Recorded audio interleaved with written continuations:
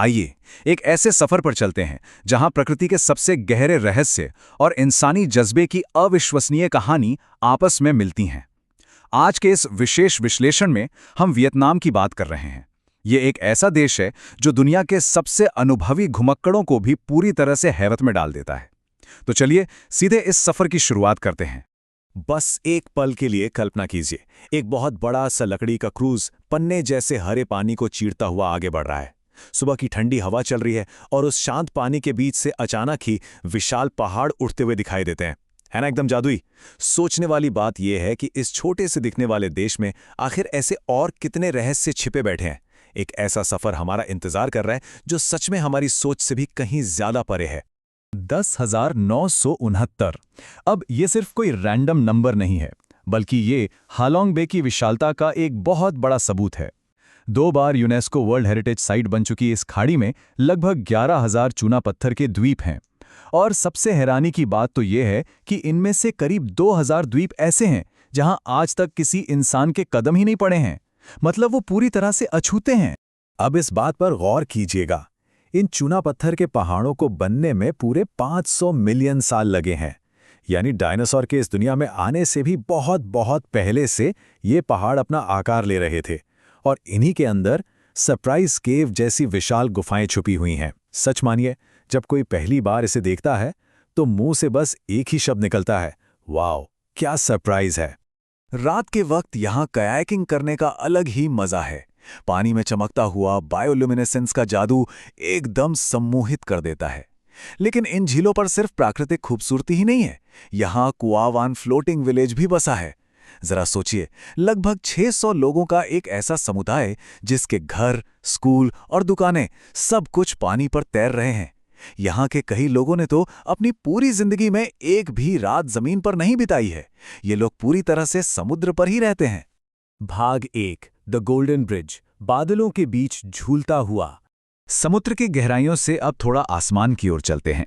दानांग शहर के बाना हिल्स तक पहुंचने के लिए घने जंगलों के ठीक ऊपर से एक बहुत ही रोमांचक केबल कार राइड लेनी होती है।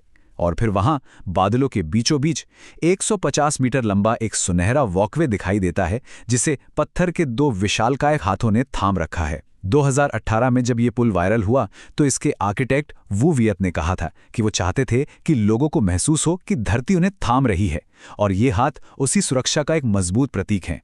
अब थोड़ा इतिहास के पन्नों को पलटते हैं। 15वीं सदी, एक प्रमुख व्यापारिक बंदरगाह। फिर 1593, जापानी कवर्ड ब्रिज का निर्माण। और आज का वर्तमान, फुल मून फेस्टिवल। क्वांग नाम प्रांत में बसे होयन शहर का ये 400 साल का सफर बेहद ही शानदार रहा है। इस व्यापारिक बंदरगाह पर जापानी, चीनी, डच और पुर्तगाली संस्कृतियों का जो अनूठा संगम हुआ है, उसी ने इसे आज का ये जादुई रूप दिया है। दिलचस्प बात यह है कि यहाँ के जापानी कवर्ड ब्रिज से एक बहुत ही पुरानी, करीब 430 साल पुरानी किंवदंती जुड़ी है, जिसे ब्रिज मॉन्स्टर लेजेंड कहते हैं। ऐसा माना जाता था कि यहाँ एक बहुत बड़ा पौराणिक राक्षस रहता था जिसके हिलने डुलने से भयानक भूकंप आते थे।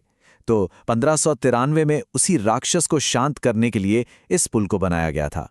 खैर, आज अगर इस शहर की असली रौनक देखनी हो तो वो फुल मून फेस्टिवल में दिखती है। उस दिन पूरा का पूरा शहर अपनी बिजली बंद कर देता है और सिर्फ रंग बिरंगी लालटेनों की मध्यम रोशनी में नहा उठता है। नज़ारा एकदम किसी फिल्म जैसा होता है। होयान की गलियों में अगर साइकिल से घूमें तो वहां सिर्फ 3 से 4 हज़ार रुपए में प्रीमियम कस्टम मेड सूट 3 दिन के अंदर तैयार मिल जाते हैं। दूसरी तरफ सापा का उत्तरी हिस्सा बिल्कुल एक अलग ही दुनिया है, जो चीनी सीमा के पास 10,600 मीटर तक की ऊंचाई पर बसा है। यहाँ मोंग और दाओ जनजातियों ने 2000 साल पहले अपने हाथों से चावल के खेत तराशे थे, जो आज भी मौजूद हैं। और वहीं पास में है 3143 मीटर ऊंची फांसीपान चोटी, जिसे इंडो चीन की छत भी कहा जाता है। भाग 2, वियतनाम की आत्मा, भोजन और लचीलापन। किसी भी जगह की असली पहचान वहां के खाने से होती है ना? और वियतनाम की आत्मा इसके लोगों के धैर्य और इन बेमिसाल व्यंजनों में ही बसती है। बस इन 3 डिशेस को ही देख लीजिए। पहला है पो, जिसका शोरबा 18 से 24 घंटे तक एकदम धीमी आंच पर पकता है। फिर आती है हनोई की मशहूर एग कॉफी, जिसमें अंडे की जर्दी और कंडेंस्ड मिल्क का ऐसा मिश्रण होता है कि उसका स्वाद बिल्कुल तिरामिसू जैसा लगता है।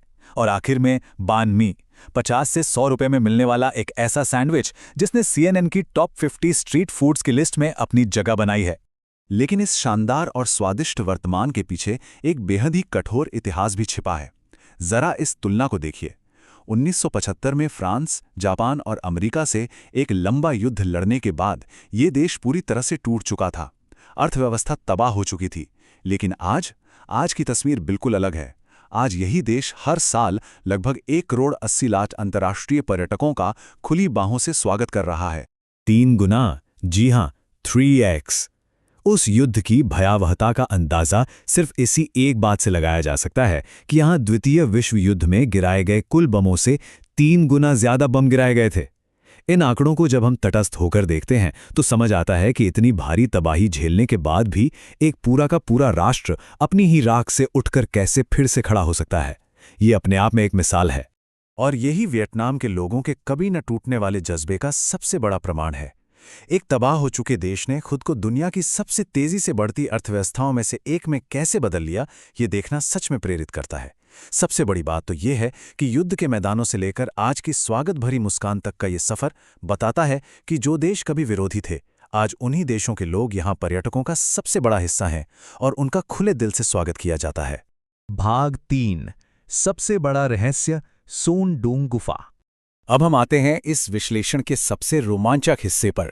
क्वांग बिन प्रांत के घने जंगलों में एक ऐसा रहस्य छिपा था जो सदियों तक किसी भी नक्शे और दुनिया की नजरों से दूर रहा। ये है सोन डूंग गुफा, एक पूरी की पूरी भूमिगत दुनिया।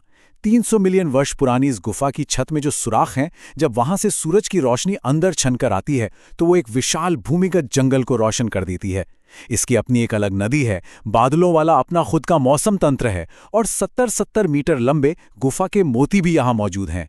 मतलब धरती के अंदर एक अलग ही धरती। इस गुफा के आकार को समझना हो तो बस इन नंबरों पर ध्यान दीजिए। 9,000 मीटर की लंबाई, 200 मीटर की ऊंचाई और 150 मीटर की चौड़ाई। अगर इसे थोड़ा आसान भाषा में समझें तो इस गुफा के अंदर एक 40 मंजिला गगनचुंबी इमारत बहुत ही आसानी से फिट हो सकती है। न्यूयॉर्क शहर का एक पूरा का पूरा ब्लॉक इसमें समा सकता है, या यहाँ तक कि एक बहुत बड़ा बोइंग 747 हवाई जहाज इसके ठीक बीचों बीच से उड़ान भर सकता है ना? बिल्कुल अविश्वसनीय। और इतने बड़े अजूबे की खोज का सफर भी किसी हॉलीवुड थ्रिलर से कम नहीं है। 1991 में एक स्थानीय किसान हो खान जंगल से गुजर रहा था। तभी उसने अंदर से आती एक अजीब सी तेज गर्जना सुनी। वो घबरा गया। उसे जमीन में एक सुराख तो मिला, लेकिन उसने किसी को कुछ नहीं बताया। अगले 18 सालों तक ये जगह एक पूरी तरह से छिपा हुआ रहस्य बनी रही। आखिरकार 2009 में ब्रिटिश शोधकर्ताओं ने इसमें पहली बार प्रवेश किया और दुनिया को इस अकल्पनीय संसार के बारे में बताया। इस देश की एक बात बहुत अच्छी है, वो अपने इस सबसे अनमोल खजाने की रक्षा बेहद सजगता से करते हैं। सोन डूंग की यात्रा हर किसी के बस की बात नहीं है। पूरे साल भर में सिर्फ 1,000 लोगों को ही अंदर जाने की अनुमति मिलती है। इस अभियान की लागत लगभग 3,000 अमेरिकी डॉलर है, जो करीब 2.5 लाख रुपए बनते हैं। और अगर कोई आज जाने का मन बनाए तो इस जीवन में एक बार मिलने वाले अनुभव के लिए कम से कम 2 से 3 साल लंबी वेटिंग लिस्ट पार करनी होगी। पन्ने जैसे हरे पानी से लेकर इस विशाल भूमिगत दुनिया तक की इस यात्रा के बाद दिमाग में बस एक ही सवाल गूंजता है, क्या हम वास्तव में अपनी इस दुनिया को पूरी तरह से जानते हैं? हमारी ये धरती आज भी उस घने अंधेरे में न जाने और कितने आश्चर्यजनक रहस्य छुपाए हुए हैं, जिनका सामने आना अभी बाकी है। और शायद इन्हीं रहस्यों को जानने की जो ये भूख है, यही हमें नई जगहों को खोजने के लिए हमेशा प्रेरित करती रहेगी।